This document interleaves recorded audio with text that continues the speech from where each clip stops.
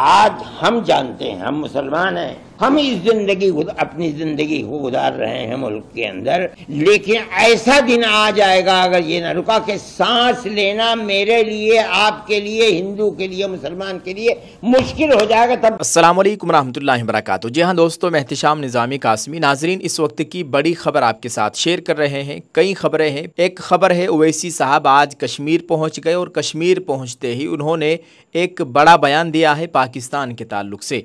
एक खबर है, मौलाना सैयद अरशद मदनी साहब का एक बहुत अहम वीडियो बयान सोशल मीडिया पर इस वक्त वायरल है, जो उन्होंने हाल ही में मीडिया के सामने एक बयान दिया था हिंदुस्तान और पाकिस्तान के ताल्लुक से। दोस्तों, एक खबर है, कल जंग के सायरन बजने वाले हैं। ये मुलाकातें, ये अहकामात, ये तैयारियां और मॉक ड्रिल कहीं ये जंग की आहट तो नहीं, इस ताल्लुक से भी आपको बताएंगे। वीडियो बहुत ख़ास है नाजरीन। सबसे पहले आप जमीयतुल हिंद के सदर, दारुल उलूम देवबंद के सदरुल मुदर्रिसीन मौलाना सैयद अरशद मदनी साहब का वीडियो बयान आपको दिखाते हैं। आपको बताएं कि मौलाना मदनी का ये बयान इस वक्त सोशल मीडिया पर खूब वायरल हो रहा है। नाजरीन, पहले आप इस वीडियो बयान को देख लीजिए।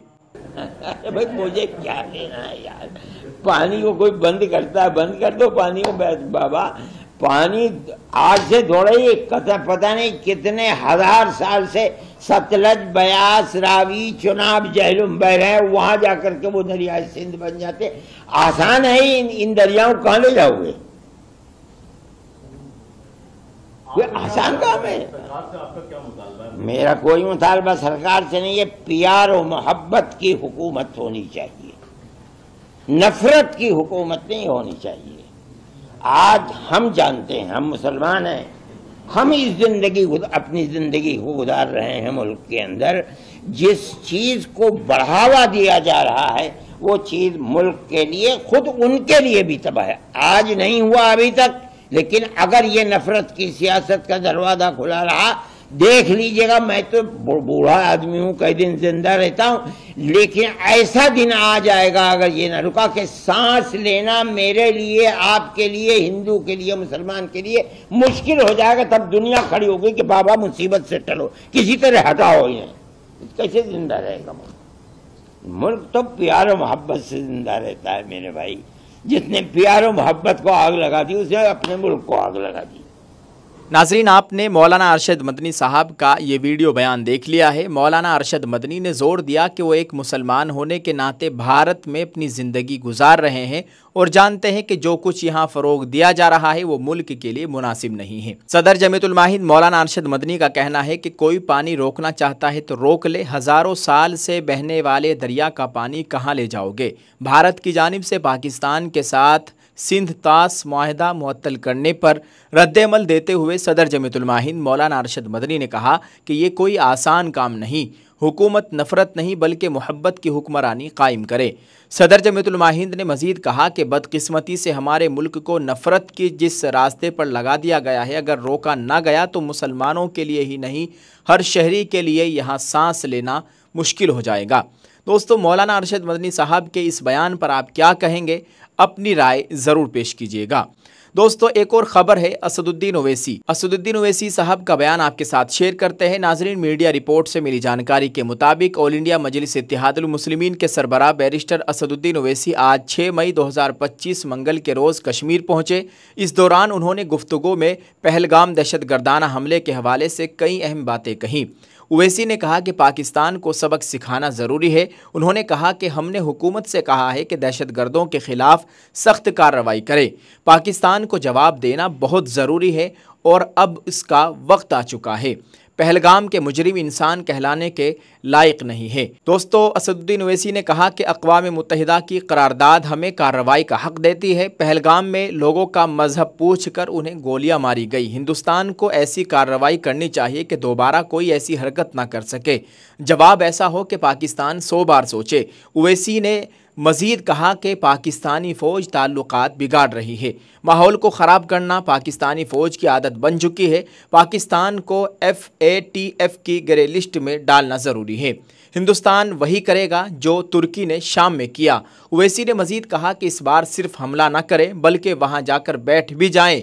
हिंदुस्तान को पाकिस्तान के नॉन स्टेट एक्टर्स यानी गैर रियासती अनासिर को सज़ा देना ज़रूरी है। जैसे तुर्की ने शाम में नॉन स्टेट एक्टर्स पर अंदर घुसकर हमला किया था, हिंदुस्तान को भी वैसा ही करना चाहिए। पाकिस्तान को जवाब देना ज़रूरी है। पाकिस्तान इस्लाम के नाम पर अपनी फ़ौज से अवाम को नहीं भड़का सकता। अगर पाकिस्तान कहता है कि सिंध तास मायदा तोड़ना जंग के मुतरादिफ है, तो फिर पहलगाम में उसने जो किया वो क्या था? अब पाकिस्तान ने तमाम हदें पार कर दी हैं और ओवैसी ने अपनी बात दोहराते हुए कहा कि पाकिस्तान को दुरुस्त करने का वक्त आ गया है। अब ये फैसला हिंदुस्तानी हुकूमत को करना है। मैं हुकूमत के हर फैसले के साथ हूँ। अब दहशतगर्दी पर रोक लगनी चाहिए। पाकिस्तान ने अब तमाम हदें पार कर दी है। नाजरीन, उन्होंने पहलगाम दहशतगर्द हमले में शहीद होने वाले लेफ्टिनेंट विनय निरवाल की अहलिया हिमांशी को ट्रोल करने वालों पर भी सख्त रद्द-ए-अमल दिया। ओवैसी ने कहा कि हिमांशी पर बात करने वालों को शर्म आनी चाहिए। नाजरीन, आप ओवैसी साहब के इस बयान से क्या इत्तिफाक रखते हैं? कमेंट में अपनी राय ज़रूर पेश कीजिएगा।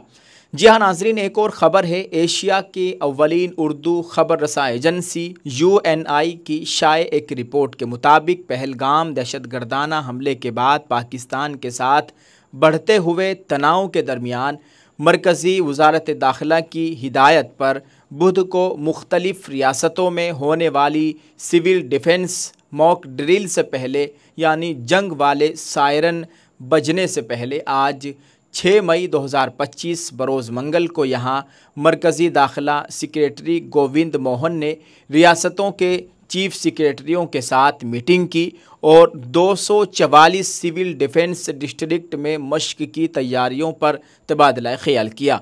ये मीटिंग सुबह वीडियो कॉन्फ्रेंस के ज़रिए नॉर्थ ब्लॉक में हुई, जिसमें मरकज़ी दाखिला सेक्रेटरी के साथ सिविल डिफेंस के डायरेक्टर जनरल और नेशनल डिज़ास्टर रिस्पांस फोर्स के डायरेक्टर जनरल समेत कई सीनियर अफसरान ने शिरकत की। रियासतों और मरकज़ के ज़ेर इंतज़ाम इलाक़ों के चीफ सेक्रेटरीज़ वीडियो कॉन्फ्रेंसिंग के ज़रिए मीटिंग में शामिल हुए। नाज़रीन, ये मुलाकातें, ये अहकामात, ये तैयारियाँ और मॉक ड्रिल कहीं ये जंग की आहट तो नहीं है। अल्लाह ताला खैर फरमाए, हमारे मुल्क में अमन व अमान का माहौल कायम फरमाए।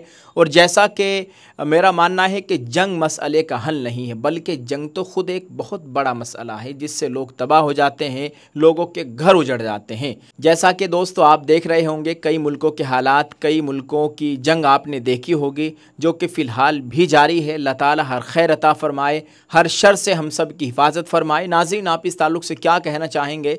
कमेंट में अपनी राय ज़रूर पेश कीजिएगा और इस वीडियो को ज़्यादा से ज़्यादा शेयर करें और सब लोगों से खुसूसी दुआ की गुजारिश है। अल्लाह ताला हमारे मुल्क में अमन व अमान का माहौल कायम फरमाए, हर खैर अता फ़रमाए, हर शर से हम सब की और पूरी उम्मत की हिफाजत फ़रमाए, आमीन।